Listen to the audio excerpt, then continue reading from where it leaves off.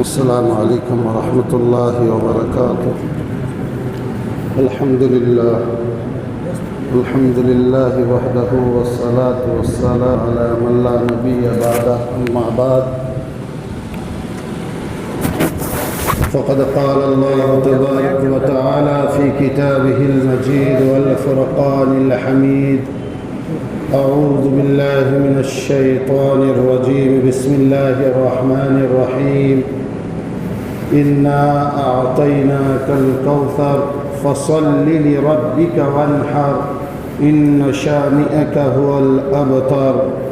وقال النبي صلى الله عليه وسلم في حديث الصحيح: اللهم أحييتني مسكينا وأمتني مسكينا واحشرني في زمرة المساكين، او كما قال علیہ الصلاۃ والسلام.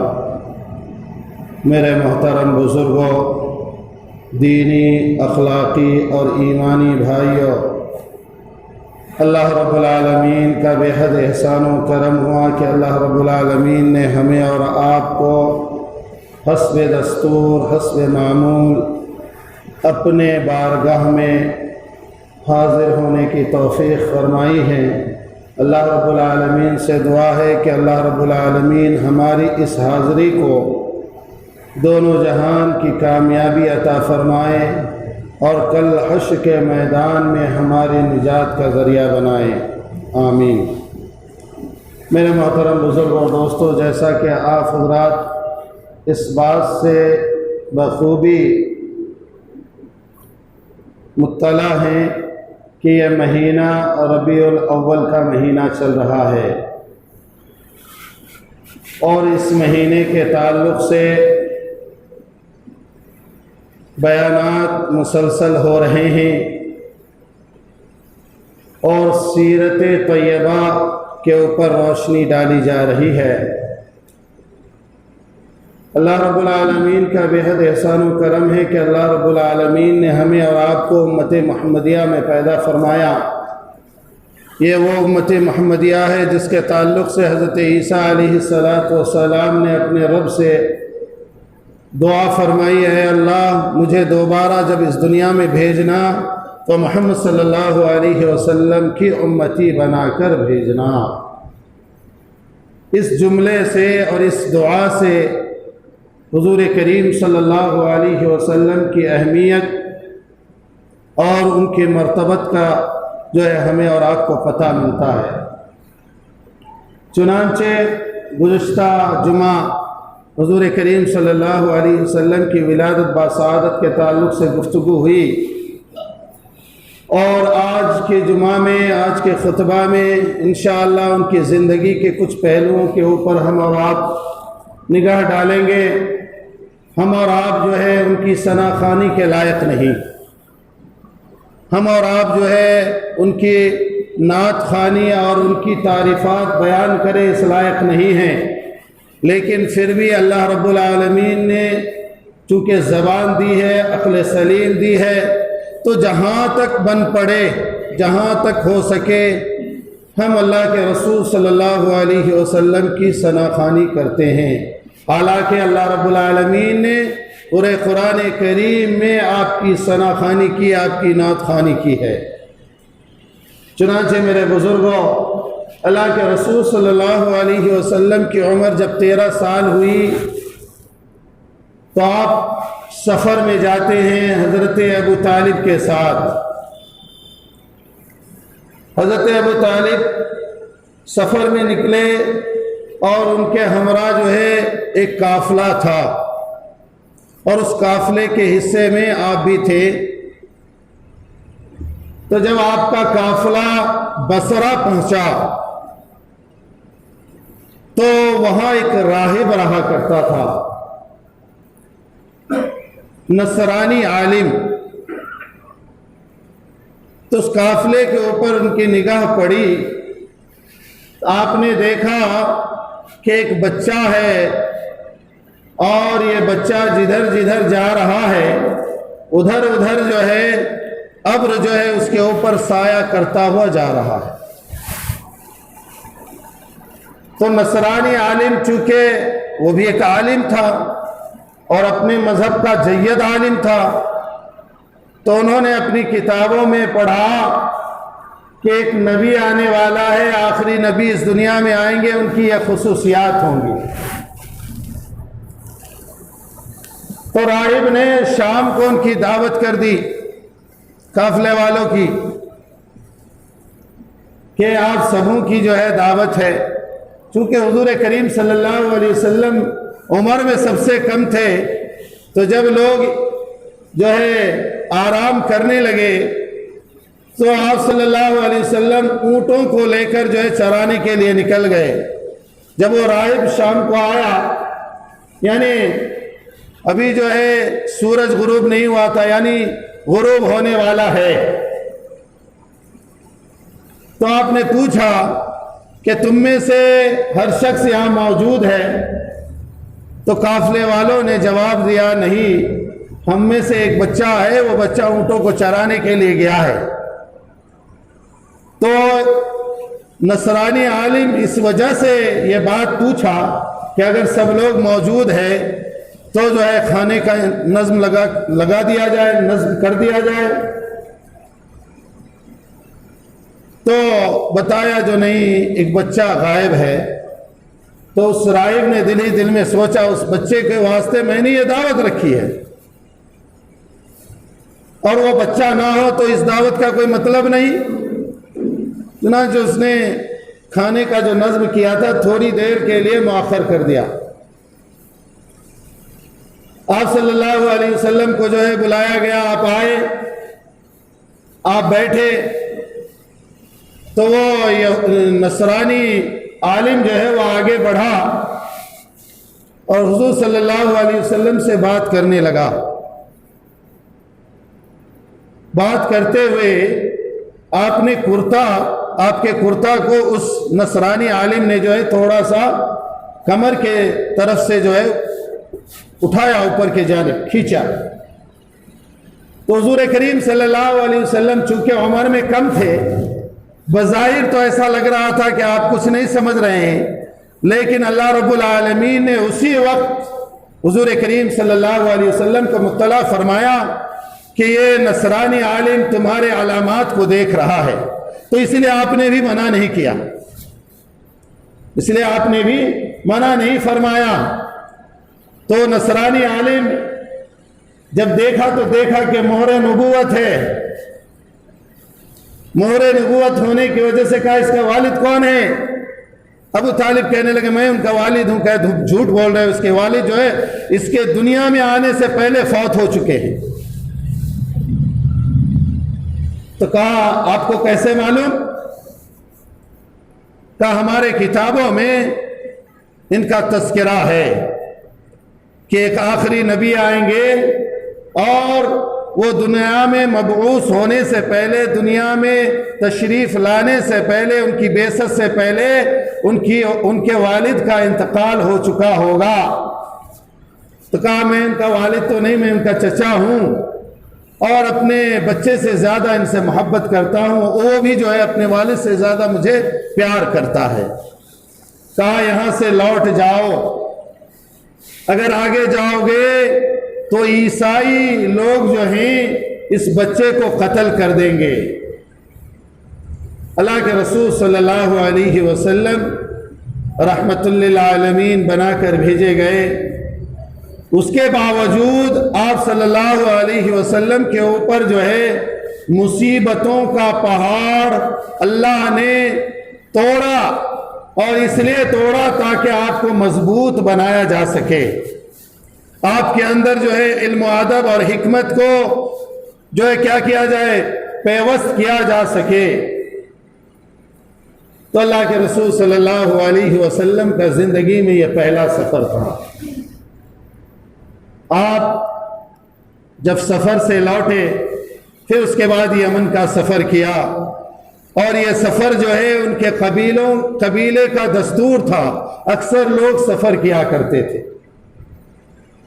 اور سفر کرنے کی ایک وجہ یہ بھی تھی کہ ابھی زمانہ جتنا جو ہے ترقی کر چکا ہے، اس وقت جو ہے اتنی ترقی نہیں تھی، اور لوگ جو ہے تجارت کے واسطے جو ہے دور دراز ملکوں کا سفر کیا کرتے تھے.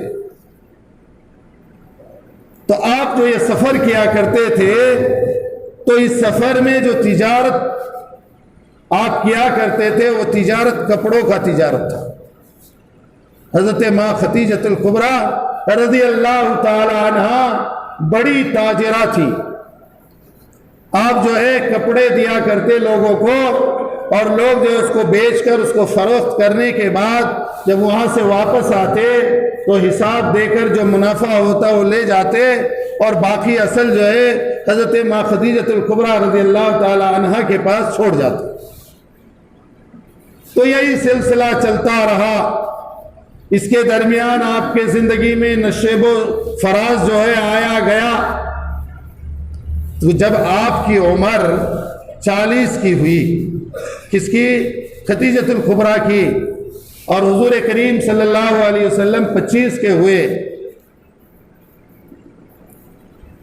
تو حضرت خدیجۃ الکبریٰ رضی اللہ تعالی عنہا کو آپ کی خصلت، آپ کی عادت، آپ کی بات چیت کرنے کا طریقہ، آپ کے اندر امانت، سچائی اور دیانتداری، یہ تمام چیزوں کو دیکھنے کے بعد حضرت ماں خدیجۃ الکبریٰ رضی اللہ تعالی عنہا نے ایک پیغام بھیجا حضور صلی اللہ علیہ وسلم کے یہاں. تو پیغام کے بارے میں مختلف روایتیں ملتی ہیں. ایک روایت میں ہے کہ حضرت صفیہ گئی پیغام لے کر، ایک روایت میں ہے کہ ماں خدیجۃ الکبریٰ رضی اللہ تعالی عنہا کے بھائی ورقہ بن نوفل گئے پیغام لے کر. تو حضور کریم صلی اللہ علیہ وسلم سے کہا آپ شادی کیوں نہیں کر لیتے؟ تو آپ نے جواب دیا کہ شادی تو کرنا ہے لیکن کچھ مجبوریاں ہیں، کچھ معیشت کا معاملہ ہے.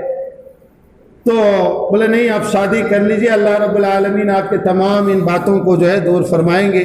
اور نبی سے بہتر کون جانتا، چونکہ آپ کو نبوت نہیں ملی تھی، لیکن پھر بھی لوگ جو دلاسا دیتے ہیں اس طرح آپ کو بھی دلاسا دیا گیا.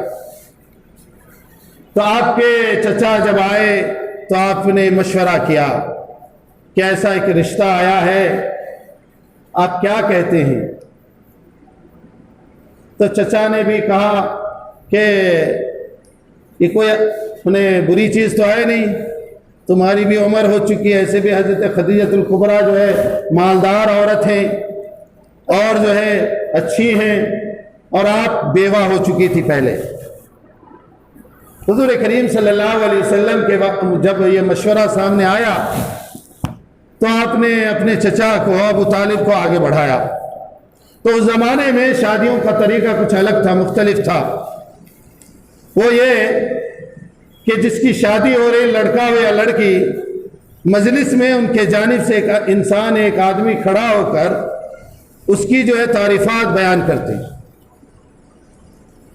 تو حضرت ماں خدیجۃ الکبریٰ رضی اللہ تعالی عنہا کے جانب سے جو تعریفات بیان کر رہے تھے وہ ورقہ بن نوفل تھے.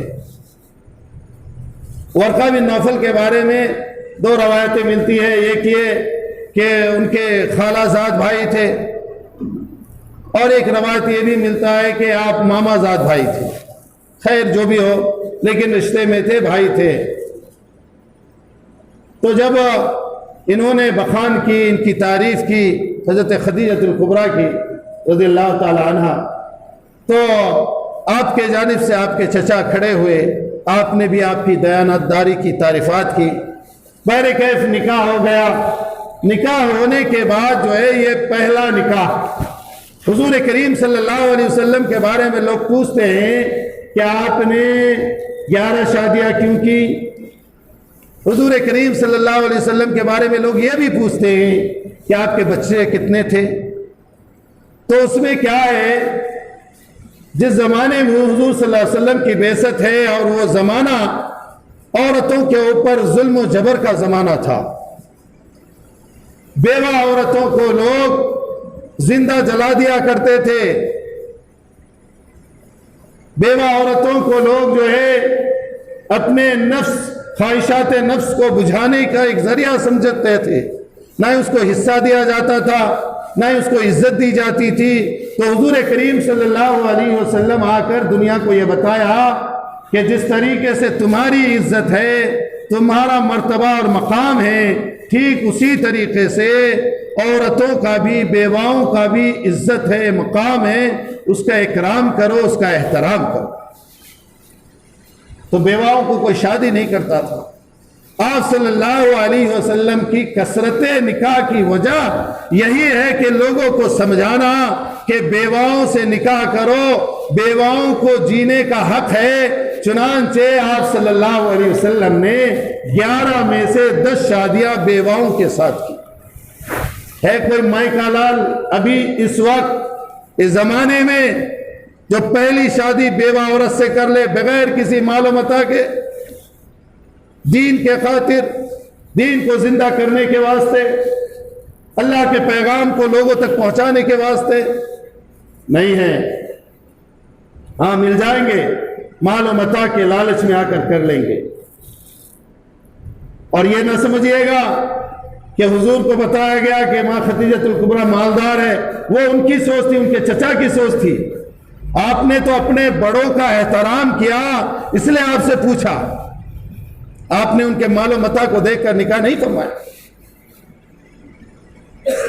چنانچہ 11 شادیاں آپ کی ہوئی، اور 11 شادیوں میں کل بچے آپ کو 7 ہوئے، 4 بیٹیاں 3 بیٹے۔ سب سے بڑے بیٹے کا نام قاسم ہے۔ ان کے بعد جو ہے بیٹیاں ہیں حضرت زینب، پھر اس کے بعد جو ہے حضرت رقیہ رضی اللہ تعالی عنہ، پھر اس کے بعد جو ہے حضرت فاطمہ رضی اللہ تعالی عنہ، پھر اس کے بعد جو ہے ام کلثوم رضی اللہ تعالی عنہ، پھر اس کے بعد حضرت عبداللہ رضی اللہ تعالی عنہ جن کو طیب اور طاہر بھی کہا جاتا ہے، پھر اس کے بعد حضرت ابراہیم ہے رضی اللہ تعالی عنہ، حضرت ابراہیم حضرت ماریہ رضی اللہ تعالی عنہ کے بطن سے اس دنیا میں آئے۔ باقی 6 لوگ حضرت خدیجہ الکبریٰ رضی اللہ تعالی عنہ کے بطن سے آئے۔ تو آپ کے بچوں میں حضرت رقیہ اور حضرت ام کلثوم کا نکاح ابو لہب کے بیٹے عتبہ اور عتیبہ سے نکاح ہوا۔ جب حضور کریم صلی اللہ علیہ وسلم دین کی دعوت دینے لگے اور نبوت آپ کو مل گئی، تو ابو لہب نے دشمنی میں آ کر اپنے بیٹوں کو مجبور کیا کہ ان کے بیٹیوں کو طلاق دے دو۔ ان کے بیٹیوں کو طلاق دے دو۔ تو آپ کے بیٹیوں کو طلاق دے دی گئی۔ دونوں بیٹوں نے آپ کی دونوں بیٹیوں کو طلاق دیا، حضرت رقیہ رضی اللہ تعالیٰ عنہ اور حضرت ام کلثوم کو۔ حضرت رقیہ کا طلاق کے بعد انتقال ہو گیا، پھر حضرت ام کلثوم کا بعد میں نکاح ہوا۔ چنانچہ میرے محترم بزرگ اور دوستو، یہ تو آپ صلی اللہ علیہ وسلم کی صاحبزادیہ اور صاحبزادہ کا مختصر میں ایک تعارف کرایا۔ حضور کریم صلی اللہ علیہ وسلم کو جو ہے آس بن وائل سمی نے طنز کسا۔ کیا کہا؟ حضور کریم صلی اللہ علیہ وسلم ابتر ہے۔ ابتر کہتے ہیں جس کا نسل جو ہے منقطع ہو گیا ہو، جس کی نسل آگے نہ بڑھے۔ تو وہی سورہ کوثر میں اللہ رب العالمین نے فرمایا ان شانیک هو الابتر، کہ آس بن وائل جس نے طنز کسا، اس کے بارے میں اللہ رب العالمین نے کہا ابتر، اے نبی کریم صلی اللہ علیہ وسلم آپ نہیں ہیں بلکہ وہ ہے ابتر، اس کی نسل کو میں کیا کروں گا؟ منقطع کر دوں گا۔ انما یرید اللہ لیذھب عنکم الرجس اہل بیت، اللہ رب العالمین نے اہل بیت کو آگے بڑھایا، نبی پاک صلی اللہ علیہ وسلم کے اہل خانہ کو جو ہے ہر گناہ سے پاک رکھا، اور اللہ کے رسول صلی اللہ علیہ وسلم کو خود پاک رکھا۔ حضور کریم صلی اللہ علیہ وسلم کے بارے میں حضرت انس بن مالک رضی اللہ تعالیٰ عنہ کہتے ہیں کہ حضور کریم صلی اللہ علیہ وسلم نے اپنی پوری زندگی میں اخلاقی اعتبار سے ہو اور حسن معاشرت کے اعتبار سے ہو، حضور کریم صلی اللہ علیہ وسلم نے سرزنش کے اعتبار سے ہو، کبھی کسی کو کوئی لغو بات نہیں کہی۔ حضور صلی اللہ علیہ وسلم، پہلے یہ جاننے کی ضرورت ہے آپ کیسے تھے، آپ کا حلیہ۔ آج لوگ اپنے آپ کو جو ہے سنت ادا کرنے والا سنی سمجھتا ہے، لیکن نبی کریم صلی اللہ علیہ وسلم کے خصائل بہت کم ملتے ہیں لوگوں کے اندر، اس لیے یہ بھی جاننا ضروری ہے۔ آپ صلی اللہ علیہ وسلم کا چہرہ چمکتا ہوا چہرہ، سورج جس طریقے سے چمکتا ہے اس طریقے سے اللہ کے رسول صلی اللہ علیہ وسلم کا چہرہ جو ہے چمکا کرتا تھا۔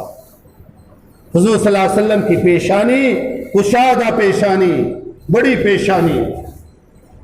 حضور کریم صلی اللہ علیہ وسلم کے جو یہ بھاؤں ہیں، یہ بھاؤں باریک۔ حضور کریم صلی اللہ علیہ وسلم کی آنکھیں بڑی بڑی اور موٹی موٹی، اور جو آنکھ کے اندر یہ پتلی کے نیچے اور اوپر چاروں طرف یہ سفیدی ہوتی ہے، یہ سفیدی جو ہے سرخ رنگ کی دھاڑیوں سے سجی ہوئی تھی۔ حضور صلی اللہ علیہ وسلم کے گال مبارک جو ہے نہ زیادہ چپکی ہوئی نہ زیادہ ابھرا ہوا۔ حضور کریم صلی اللہ علیہ وسلم کے دانت سفید موتیوں جیسے، اور دانتوں کے بیچ میں ہلکی سی خلا بھی تھی۔ حضور کریم صلی اللہ علیہ وسلم جب بات کیا کرتے تو ان خلاؤں سے، ان منہ سے جو ہے آپ کے منہ سے نور ٹپکا کرتا تھا۔ حضور کریم صلی اللہ علیہ وسلم کی زلفیں گھنگریلے اور گھنے زلفیں، اور تاریخ کی کتابوں میں یہ بھی آیا کہ اللہ کے رسول صلی اللہ علیہ وسلم نے بالوں کے تعلق سے انہوں نے کہا کہ یہ کندھوں تک بھی جو ہے آپ نے بال رکھے، آپ نے جو ہے یہ کان کے لو تک بھی بال رکھے، اور آپ جو ہے بالوں کو حلق بھی کروایا، یعنی بالکل مونڈ ڈالا، اور آپ نے جو ہے چھوٹے چھوٹے بال بھی رکھوائے۔ تو بالوں کے تعلق سے یہ ہے کہ حضور کریم صلی اللہ علیہ وسلم کے جتنے بھی بال رکھنے کے طریقے ہیں، اس کسی ایک عمل کو آپ اختیار کر لیجئے سنت سمجھ کے، سنت ادا ہوگا۔ لیکن آج کے زمانے میں کیا ہے، یہ آپ نے دیسی مرغا دیکھا ہے، ناٹی مرغا، اس کے سر کے اوپر جب وہ بڈھا ہو جاتا ہے تو وہ جو اس کا وہ ہوتا ہے لال رنگ کا، اسی طریقے سے آج کے نوجوان بال رکھنا شروع کیے ہیں۔ یہ چاروں طرف نکال دیتے اور یہاں پر رکھتے ہیں، اور بہت سارے جو پالتو جانور ہوتے ہیں گھوڑوں میں، اس کے سامنے اس طرح رکھتے ہیں۔ ٹھیک اسی طریقے سے آج کے نوجوان ان گھوڑوں کی طرح جو ہے سامنے بال رکھتے ہیں۔ ارے نوجوانوں، تمہیں کیا ہو گیا؟ تم نبی کریم صلی اللہ علیہ وسلم کے امتی ہو، تم جانوروں کے مشابہ بال رکھتے ہو۔ حدیث میں آیا ما تشبہ منہم فہو منہم، جو غیروں کی مشابہت اختیار کرے وہ ان میں سے ہے۔ تو ہم تو غیروں کی مشابہت اختیار کرتے ہیں، فلاں کرکٹر نے ایسا بال رکھا ہم بھی رکھ لیے۔ آپ نے یہ نہیں سوچا کہ میرے نبی نے کیسے بال رکھے تھے؟ تو حضور کریم صلی اللہ علیہ وسلم جو ہے ان کے جو دونوں مونڈے تھے یہ گوشت سے بھرے ہوئے تھے، سینہ مبارک کشادہ، اور سینے کے بیچ میں بالوں کی باریک لڑی تھی۔ آپ صلی اللہ علیہ وسلم کے خصائل میں سے کہ آپ جب بات کرتے تو اپنے دونوں ہاتھوں کی انگلیوں کو اس طرح دباتے، کبھی آپ جب وحدانیت کی بات کرتے تو اپنی انگلی کو آسمان کی طرف دکھاتے، شہادت کی انگلی سے اللہ کی طرف اشارہ کرتے، اور آپ بڑے شرمیلے تھے۔ ان ذالکم کان یؤذی النبی فیستحی منکم، سورہ احزاب میں آیا کہ اللہ کے رسول صلی اللہ علیہ وسلم کو اگر کوئی تکلیف بھی پہنچتی تو آپ جو ہے منہ کھول کر اس کا جواب نہیں دیتے۔ حضرت ابو سعید خدری رضی اللہ تعالیٰ عنہ کہتے ہیں کہ ہم آپ کے چہرے کے متغیر ہونے سے، آپ کا چہرے کا رنگ متغیر ہونے کی وجہ سے ہم سمجھ جاتے کہ اللہ کے رسول صلی اللہ علیہ وسلم اس بات سے ناراض ہو گئے۔ آج ہمارے اخلاق، ہم کو جب غصہ آتا تو نہیں دیکھتے سامنے والا کون ہے، ہمارا باپ ہے، ہمارے والد ہیں، ہماری امی ہیں، ہمارے دادا ہیں، ہمارے قوم کا کوئی بزرگ ہے، ہم نہیں دیکھتے۔ تو ہم کیسے نبی کو ماننے والے؟ ہم کو اپنے غصے کے اوپر کنٹرول کرنا چاہیے۔ حضور کریم صلی اللہ علیہ وسلم کے جسم سے خوشبو نکلا کرتی تھی۔ آپ صلی اللہ علیہ وسلم، حضرت انس بن مالک رضی اللہ تعالیٰ عنہ کہتے ہیں کہ آپ صلی اللہ علیہ وسلم کے جسم سے ایسی خوشبو نکلتی تھی جو خوشبو نہ مشک میں پائی جاتی ہے نہ عنبر میں پائی جاتی ہے۔ اور کسی کو اگر حضور کریم صلی اللہ علیہ وسلم کو تلاش کرنا ہوتا تو وہ خوشبو کے ذریعے سے وہاں تک پہنچ جاتے، جدھر سے آپ گزرتے وہ راستہ خوشبودار ہو جاتا۔ بہرکیف حضور کریم صلی اللہ علیہ وسلم کی زندگی ہمیں اس بات کی طرف راغب کرتی ہے کہ ہماری زندگیوں میں قال اللہ اور قال الرسول آ جائے۔ یہ محض دکھانے کی چیز نہیں ہے، دکھاوا نہیں ہے۔ ہم داڑھی رکھ لیے، ٹوپی رکھ لیے، عمر ہو گئی تو ایسا کر لو، نہیں، یہ رسم نہیں ہے۔ اس کو سنت سمجھ کر کرو، اللہ کا حکم سمجھ کر کرو تو اللہ کے یہاں سرخروئی عطا ہوگی، اور اگر دکھانے کے لیے کرو گے تو اللہ کے یہاں جو ہے فٹکار ملے گی۔ میرے محترم بزرگ اور دوستو، حضور کریم صلی اللہ علیہ وسلم نے اپنے صحابہ کو ہمیشہ اس بات کی ترغیب دی کہ ایک اللہ کی عبادت کرو، اور جو ہے غریبوں پر ظلم نہ کرو، حقدار کو حق دے دو، صلہ رحمی کرو۔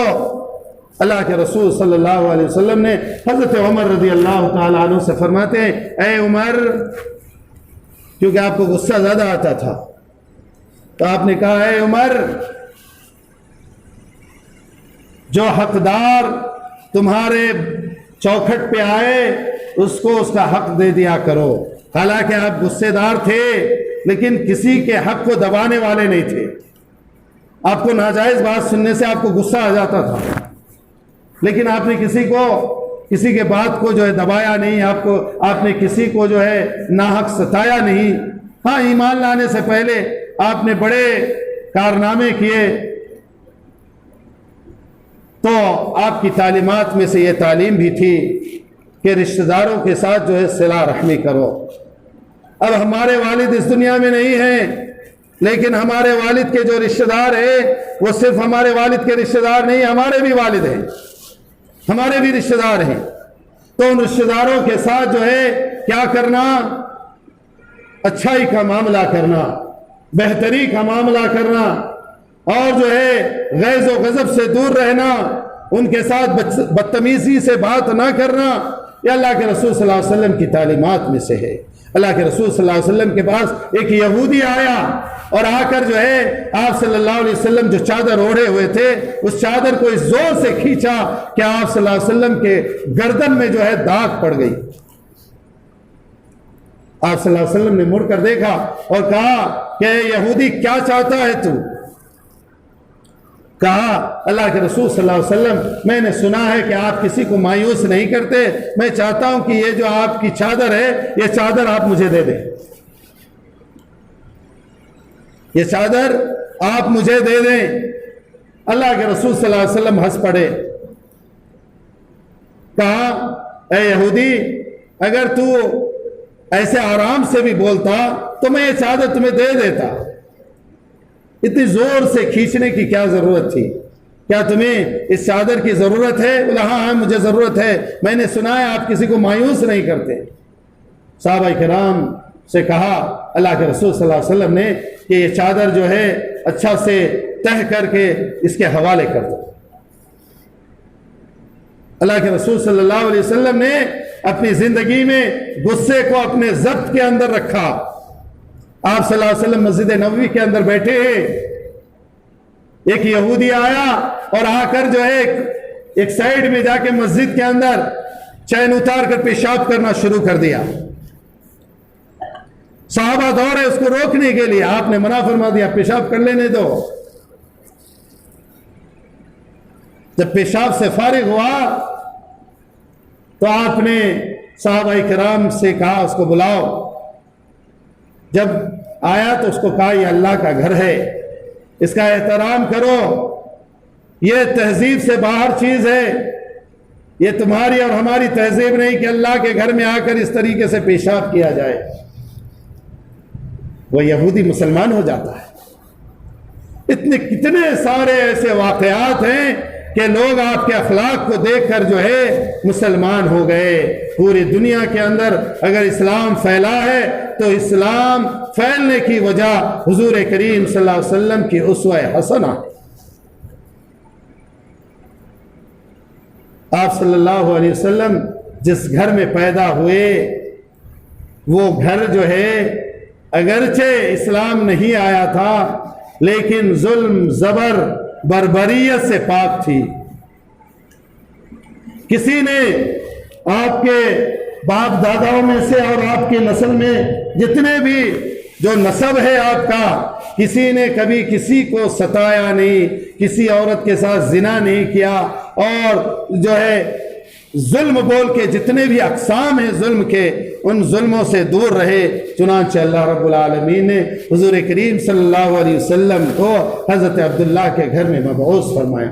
آپ کا نسب ایسا ہے، محمد بن عبداللہ بن عبد المطلب بن ہاشم بن عبد مناف بن قصی بن کلاب بن مرہ بن کعب بن لوئی بن غالب بن فہر بن مالک بن نظر بن کنانہ بن خزیمہ بن مدرکہ بن الیاس بن مزر بن نزار بن ماد بن عدنان۔ یہاں تک جو نسب ہے آپ کا یہ بلا اختلاف ہے، اس میں کوئی اختلاف نہیں۔ امت کے جتنے علماء ہیں ان تمام علماء کا اتفاق ہے کہ یہ نسب جو ہے یہاں تک صحیح ہے۔ آگے کا نسب جو ہے اس میں اختلاف ہوا۔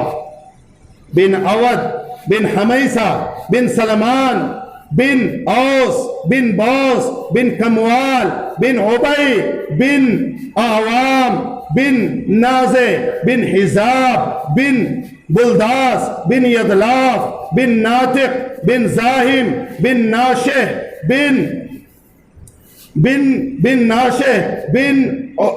بن ناشہ بن کزار بن ابراہیم بن اسماعیل بن ابراہیم بن آزر بن ناؤر بن رو بن رئی بن فائج بن ارفشاد بن شام بن نوح بن لامق بن بنو یتلا صالح اور بن ارفسا، اور اس کے بعد جو ہے حضور کریم صلی اللہ علیہ وسلم کے نسب جو ہے وہ حضرت شیس علیہ السلام اور حضرت آدم علیہ السلام تک جا کر پہنچتی ہے۔ بیچ میں ایک دو کڑی ہم سے چھٹ گئی۔ چنانچہ میرے محترم بزرگ اور دوستو، اس میں اختلاف ہے، اس میں اختلاف ہے، لیکن جہاں تک بن عدنان تک ہے وہاں پر کوئی اختلاف نہیں۔ حضور کریم صلی اللہ علیہ وسلم کو اللہ رب العالمین نے اس دنیا میں ہماری اور آپ کی رشد و ہدایت کے لیے پیدا فرمایا۔ اب ہمیں یہ فیصلہ کرنا ہے صرف نام جپنا ہے یا کام بھی کرنا ہے۔ نام جپنے سے کچھ حاصل ہونے والا نہیں ہے۔ بہت سارے لوگ میں فلاں کا عاشق ہوں، بول کے کیا کرو گے؟ عمل کرو۔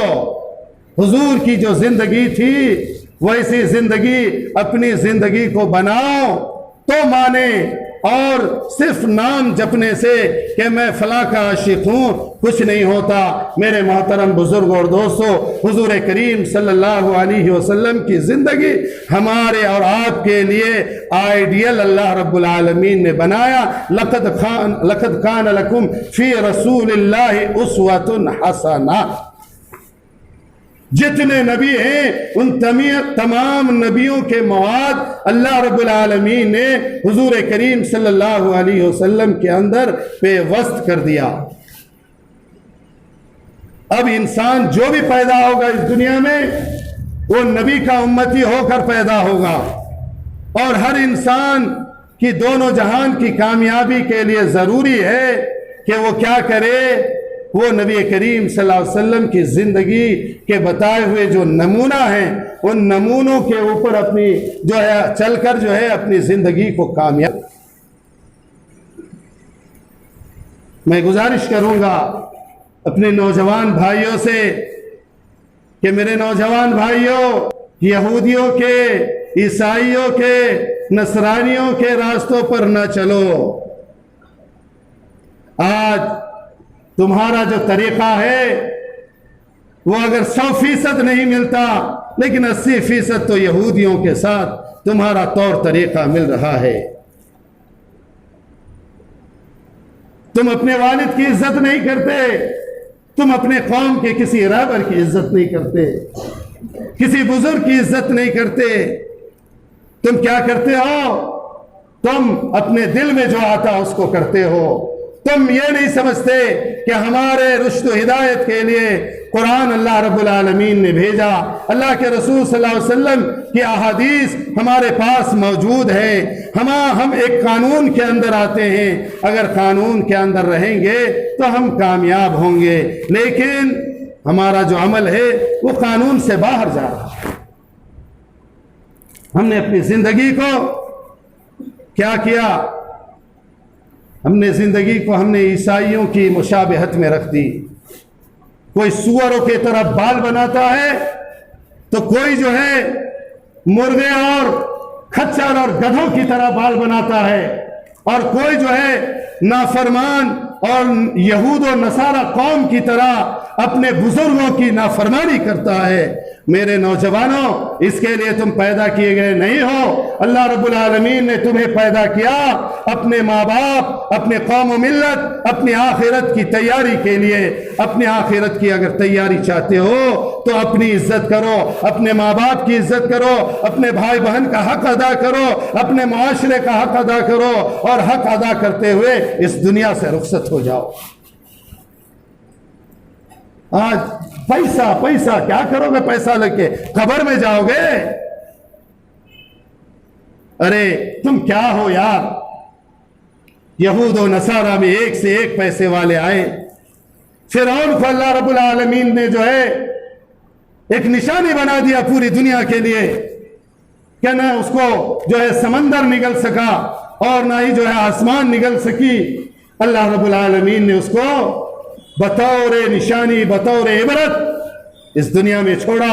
یہی وہ تھا جو آج یہاں لیٹا ہوا ہے، جو موسیٰ علیہ السلام کے قوم پر جو ہے حملہ کیا کرتا تھا۔ یہی وہ تھا جو مردوں کو جو ہے مار دیا کرتا تھا، چھوٹے معصوم بچوں کو جب وہ پیدا ہوتا ہے تو اس کو جو ہے مار دیا کرتا تھا۔ یہی تھا۔ دیکھو آج کس حال میں ہے۔ اس عبرت کے لیے اللہ رب العالمین نے اس کو دنیا میں باقی رکھا ہے، لیکن ہم اس کے باوجود بھی پیسہ کے پیچھے بھاگ رہے ہیں۔ ایک وصیت کر کے جانا، جب مروں گا تو قبر میں ڈال دینا یہ پیسے۔ کیا کرو گے؟ کون لے کے گیا؟ پیسے کی کیا ضرورت؟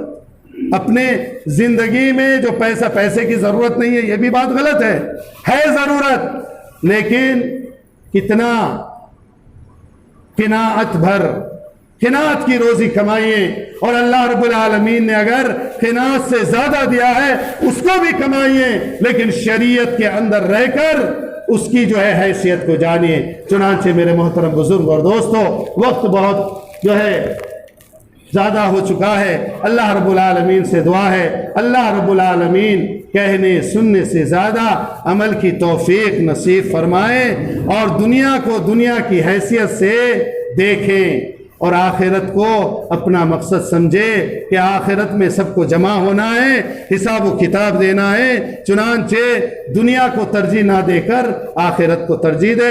اللہ رب العالمین کہنے سننے سے زیادہ عمل کی توفیق نصیب فرمائے۔ وآخر دعوانا الحمدللہ رب العالمین۔